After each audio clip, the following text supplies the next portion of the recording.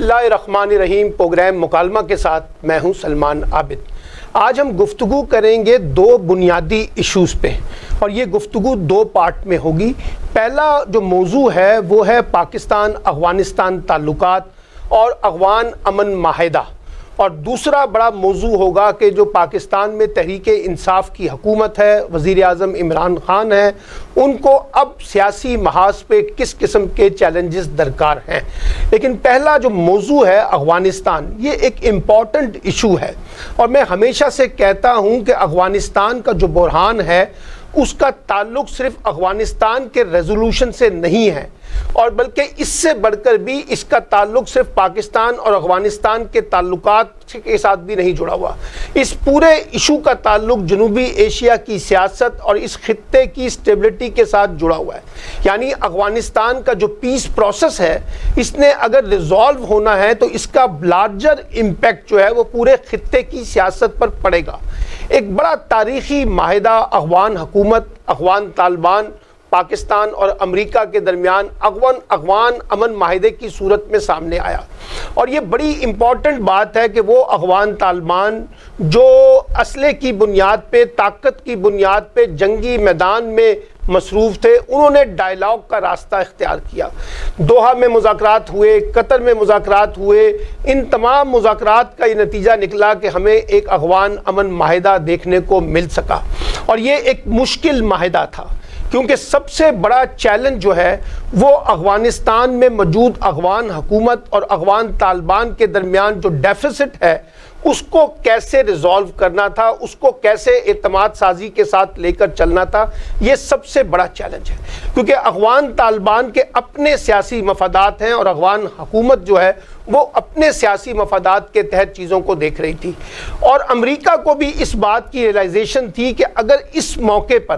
ہم نے افغان طالبان کو انگیج نہ کیا پیس پروسیس کے اندر تو معاملات خراب ہو سکتے ہیں۔ اور یہاں سابق امریکی صدر ٹرمپ کو داد دینی ہوگی کہ انہوں نے بھی افغان امن معاہدے کے حوالے سے زیادہ سنجیدگی دکھائی، اور وہ افغانستان سے امریکی فوجیوں کے انخلا کے سب سے بڑے حامی کے طور پر سامنے آئے، اور اس میں پاکستان نے جو ایک لیڈنگ رول کیا وہ بھی ایک تاریخ کا اہم حصہ ہے، اور امریکہ سمیت دنیا کی بڑی طاقتیں یہ ریلائز کرتی ہیں کہ پاکستان کے بغیر افغان امن معاہدہ نہیں ہو سکتا تھا۔ ایک زمانہ تھا جب امریکہ نے یہ سوچا کہ پاکستان کو نکال کر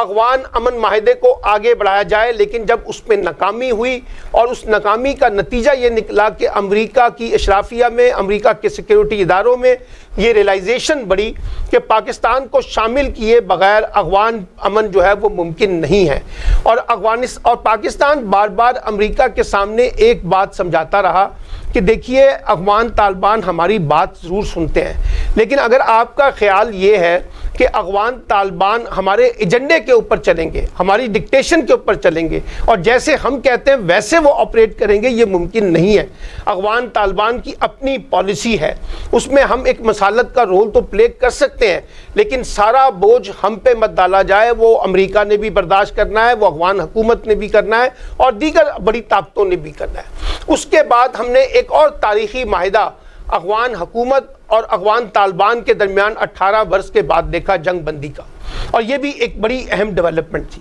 اب اس معاہدے کے تحت بنیادی طور پہ امریکہ نے مئی میں اپنی فوجیوں کا انخلا کرنا تھا، لیکن امریکہ کے انتخابات میں ٹرمپ انتخاب ہار جاتے ہیں، اور نئی انتظامیہ، نئی قیادت بائیڈن کی صورت میں سامنے آ جاتی ہے، اور امریکہ کی نئی قیادت کو یہ باور کروایا گیا وہاں کے انٹیلیجنس اداروں نے کہ اگر ہم نے مئی کے اندر فوجیوں کا انخلا کیا تو اس سے صورتحال امریکہ کے حق میں نہیں ہوگی، بلکہ اگلے 3-4 ماہ کے اندر افغان طالبان بہت سے علاقوں پہ قبضے کر سکتے ہیں، اور افغان حکومت بھی یہی چاہتی تھی کہ امریکہ مئی میں فوجیوں کا انخلا کرنے کی بجائے مزید وہاں اسٹے کرے جب تک کہ افغانستان میں کوئی اسٹیبل گورنمنٹ نہیں بن جاتی۔ پاکستان کا بھی یہ موقف تھا کہ فوری طور پر جو ماضی میں غلطی امریکہ نے اختیار کی تھی وہ نہ کی جائے، اور فوری فوجیوں کا انخلا شاید درست قدم نہیں ہوگا۔ لیکن افغان طالبان بضد تھے کہ مئی کے اندر ہر صورت میں اگر امریکہ نے اپنی فوجیوں کا انخلا نہ کیا تو افغان امن معاہدہ خراب ہو جائے گا، اور اس معاہدے کی ناکامی کی ذمہ داری افغان طالبان سے زیادہ امریکہ پہ ہوگی۔ ایک بڑا مسئلہ جو امریکہ افغان حکومت کو افغان طالبان سے درپیش رہا ہے اور ابھی بھی ہے، وہ ہے وہاں پہ وائلنس، یعنی ابھی تک وہاں پرتشدد کارروائیاں جاری ہیں۔ اب امریکہ اور افغان حکومت یہ سمجھتی ہے کہ یہ تمام تر کارروائیوں کا مرکز افغان طالبان ہے۔ افغان طالبان اس پہ ڈینائی کرتے ہیں اور وہ یہ کہتے ہیں کہ دیکھیے یہ سارا ملبہ ہم پہ نہ ڈالا جائے، اور بھی بہت سے گروپ ہیں جو وائلنس کو بنیاد بنا کر افغان امن پروسیس کو سبوتاژ کرنا چاہتے ہیں، لیکن سارا زور جو ہے وہ افغان طالبان پہ لگتا ہے۔ ابھی بھی جو افغان صدر ہیں اشرف غنی صاحب، انہوں نے ڈیمانڈ کیا ہے کہ رمضان میں افغان طالبان جنگ بندی کر دیں، اور دوسری طرف ایک بڑی خبر امریکہ کے اندر سے آئی ہے کہ ستمبر تک امریکی فوجیوں کا جو انخلا ہے اس کو یقینی بنا دیا جائے گا، یعنی مئی سے ہونے والا پروسیس ستمبر تک چلے گا۔ یہ کہا جا رہا ہے کہ امریکہ یہ فیصلہ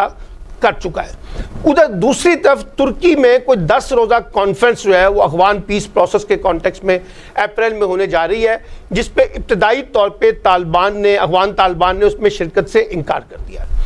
لیکن یہ ساری گفتگو، یہ ساری جو پیچھے بیک ڈور ڈپلومیسی چل رہی ہے افغان پیس پروسیس کے کانٹیکسٹ میں، یہ بہت اہمیت اختیار کر رہی ہے۔ اس میں ایک اور فریق جو پاکستان کے تناظر میں ہندوستان بھی ہے، اور پاکستان یہ بار بار موقف اختیار کرتا رہا ہے کہ بھارت کی جو خفیہ ایجنسی ہے وہ افغان انٹیلیجنس ایجنسی کے ساتھ مل کر معاملات کو درست کرنے کی بجائے خراب کرتی ہے، اور افغانستان کے تناظر میں پاکستان اور ہندوستان میں بہت زیادہ ڈیفیسٹ بھی پایا جاتا ہے۔ یہ جو دہشت گردی کا سارا مسئلہ ہے، ہم ایک دوسرے پہ جو بلیم گیم کرتے ہیں اس میں افغانستان کی سرزمین کو استعمال کرنے کی بات بھی کی جاتی ہے۔ ایک بڑی دلچسپ بات، امریکہ یہ چاہتا ہے کہ پاکستان بھارت کو اسپیس دے، اور افغانستان میں جو بھی پیس پروسیس ہو رہا ہے اس پیس پروسیس میں وہ ہندوستان کو بھی اسپیس دے کر ایک پارٹنرشپ کے طور پر قبول کرے۔ اب پاکستان کی اس پہ ریزرویشنز ہیں، اور نہ صرف پاکستان کی ریزرویشن ہے بلکہ افغان طالبان کی بھی اس کے اوپر ریزرویشن ہے کہ ہندوستان کی بالادستی کو یہاں پر کیوں تسلیم کیا جائے، اور کیوں ان کے رول کو امریکہ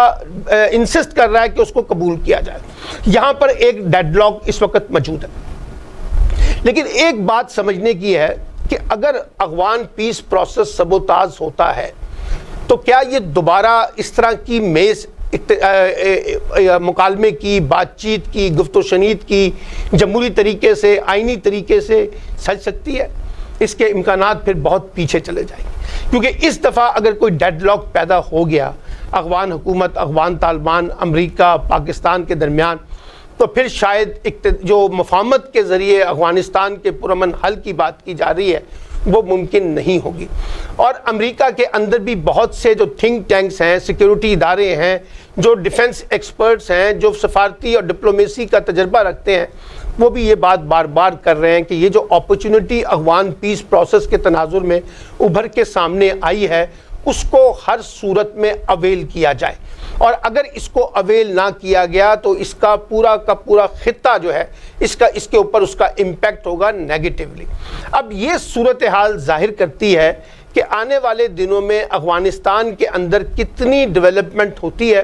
کتنا امریکہ کی نئی قیادت اسپیس دیتی ہے، افغان طالبان اور افغان حکومت کے درمیان جو ڈیفیسٹس ہیں اس کو کیسے ایڈریس کیا جاتا ہے، پاکستان کے جو کنسرنز ہیں اس کو کیسے انڈرسٹینڈ کیا جاتا ہے، اور یہ جو ہندوستان کی بالادستی یا ہندوستان کی شمولیت کی بات کی جا رہی ہے اس پہ امریکہ اپنے موقف میں کتنی لچک پیدا کرتا ہے۔ کیونکہ دیکھیے بات بڑی سادی سی ہے، اگر افغان پیس پروسیس نے آگے بڑھنا ہے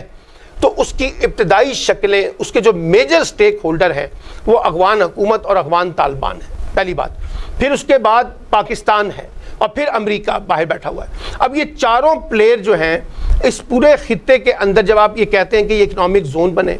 جب آپ یہ کہتے ہیں کہ اس علاقے کو ہم نے اکنامک سٹیبلٹی کا مرکز بنانا ہے، اکنامک پاور بنانا ہے، تجارت کو بیس کرنا ہے، ملکوں کے درمیان جو تنازعات ہیں وہ ختم کرنے ہیں، پاک بھارت تعلقات کو درست کرنا ہے، تو اس میں پھر پاک افغان تعلقات اور افغانستان کے دیگر ملکوں کے ساتھ جو معاملات ہیں اس کو بھی درست کرنا ہوگا۔ اور افغان حکومت کو بھی یہ سمجھنا چاہیے کہ وہ طالبان کے لیے اسپیس پیدا کرے، طالبان کو یہ سمجھنا چاہیے کہ ان کو بھی افغان حکومت کے لیے اسپیس پیدا کرنی پڑی، یعنی کوئی ون ون سچویشن بنانے کی بجائے ایسی سچویشن بنائیں جو سارے فریقوں کے اندر اعتماد سازی پیدا کرے، سارے فریقوں کو یہ لگے کہ واقعی ہم بھی ایک بہتر پوزیشن پہ آ گئے. کیونکہ اگر ہم نے افغان پیس پروسیس کو ایک جیت اور ہار کے تناظر میں دیکھنے کی کوشش کی تو مجھے لگتا ہے کہ اس کے نیگیٹو امپیکٹس ہوں گے، کیونکہ کوئی آسانی سے اپنے آپ کو وڈرا نہیں کرے گا، کوئی آسانی سے اپنی شکست کو قبول نہیں کرے گا. تو میں یہ سمجھتا ہوں کہ آنے والے دن افغان حکومت کے حوالے سے یا افغانستان کے بحران کے حل کے حوالے سے بہت اہمیت کے حامل ہیں، اور اس میں ایک بڑا کلیدی کردار امریکہ اور پاکستان کا ہوگا کہ وہ کس طریقے سے اپنے کارڈ کھیلتے ہیں کہ ہم افغان پیس پروسیس کو زیادہ سے زیادہ مستحکم کر سکیں، انشور کر سکیں. کیونکہ اس وقت ہمارا ترجیحی ایجنڈا یہی ہونا چاہیے، پاکستان کا بھی، افغانستان کا بھی، امریکہ کا بھی اور دیگر علاقائی ممالک کا، کہ ہمیں افغانستان کے ریزولوشن کو پیسفل طریقے سے، ڈیموکریٹک طریقے سے اور لیگلی ان معاملات کا کوئی نہ کوئی حل نکالنا ہوگا. اب افغانستان سے آگے بڑھتے ہیں. ایک بڑا معاملہ پاکستان کے اندر بھی ہے. پاکستان میں حکومت کو ایک بڑا چیلنج درپیش تھا پی ڈی ایم کے بارے میں، اور یہ جو اپوزیشن اتحاد تھا یہ عملی طور پہ اب سیاسی یتیمی کا شکار ہو گیا ہے. اے این پی اور پیپلز پارٹی اس اتحاد کو عملاً چھوڑ چکے ہیں، اور فضل الرحمان اور نواز شریف ایک سائڈ پہ کھڑے ہیں، اسفندیار ولی اور پیپلز پارٹی ایک جگہ پہ کھڑے ہیں. اب پی ڈی ایم وہ خطرہ نہیں ہے جو پہلے ہمیں نظر آ رہا تھا اس حکومت کو گرانے کے حوالے سے، اور وہ تو ڈیٹے بھی دے رہے تھے کہ ہم فلاں تاریخ تک حکومت کو ختم کر دیں گے، فلاں کر دیں گے، فلاں کر دیں گے. تو اس کا ایک رد عمل ہمیں حکومتی سطح پہ بھی نظر آیا. اب پی ڈی ایم کی کمزوری کے بعد، پی ڈی ایم کی تقسیم کے بعد، پی ڈی ایم کی ٹوٹ پھوٹ کے بعد اب سوال یہ پیدا ہوتا ہے کہ کیا واقعی عمران خان کے لیے یہ چیلنج ہے؟ تو جواب بڑا سادہ سا ہے کہ موجودہ صورتحال میں پی ڈی ایم حکومت کے لیے کوئی بڑا چیلنج نہیں ہے، اور خاص طور پہ ایسے موقع پہ جب نون لیگ یہ کہہ رہی ہے کہ پیپلز پارٹی اسٹیبلشمنٹ کی یا حکومت کی بی ٹیم بن چکی ہے. اب عمران خان کا چیلنج کیا ہے؟ دیکھیے، عمران خان کو 4 محاذوں پر چیلنجز کا سامنا ہے. پہلا چیلنج جو ان کو درپیش ہے وہ معاشی صورتحال اور معاشی بدحالی سے قوم کو نکالنا ہے. اور کیونکہ انہوں نے بڑے بڑے دعوے کیے تھے اقتدار میں آتے ہوئے کہ وہ جلد سے جلد پورے ملک میں معاشی خوشحالی پیدا کر دیں گے، اس لیے لوگوں کی ان سے توقعات بھی بہت زیادہ ہیں، اور ان توقعات کی بنیاد پہ لوگ سمجھتے ہیں کہ وہ کوئی ایسی جادو کی چھڑی گھمائیں گے جس سے ملک کے معاشی مسئلے حل ہو جائیں گے. اور اس میں کوئی شبہ نہیں ہے، کوئی دو آرا نہیں ہے کہ اس وقت ملک کے اندر معاشی صورتحال وہ نہیں ہے جو ہونی چاہیے تھی. لوگ مہنگائی سے بہت نالاں نظر آتے ہیں، لوگ بے روزگاری اور معاشی بدحالی سے نالاں نظر آتے ہیں. لوگوں کو خیال یہ ہے کہ حکومت آئی ایم ایف کی پالیسی پہ عمل درآمد کر کے ان کے لیے بڑی مشکلات پیدا کر رہی ہے. پھر اس کووڈ کے بعد کی جو دنیا آئی، اس پورے 1 سال میں بے روزگاری بہت بڑے پیمانے پر پھیلی، اور اس بے روزگاری کا یہ نتیجہ ملا کہ لوگوں کی معاشی صورتحال اور زیادہ خراب ہو گئی. تو ایک چیلنج ان کے سامنے یہ ہے. دوسرا چیلنج ان کے سامنے یہ ہے کہ اپنی گورننس کو امپروو کریں، یعنی حکومت نظر آئے، اور جب حکومت نظر آئے گی تو وہ لوگوں کا اعتماد بھی حاصل کرے گی، وہ لوگوں میں اپنی ساکھ بھی بنائے گی، اور لوگوں کو یہ لگے گا کہ حکومت ہمارے ساتھ کھڑی ہے، ہمارے مسئلوں کا حل چاہتی ہے. تو دوسرا بڑا چیلنج گورننس کے کانٹیکس میں ہے.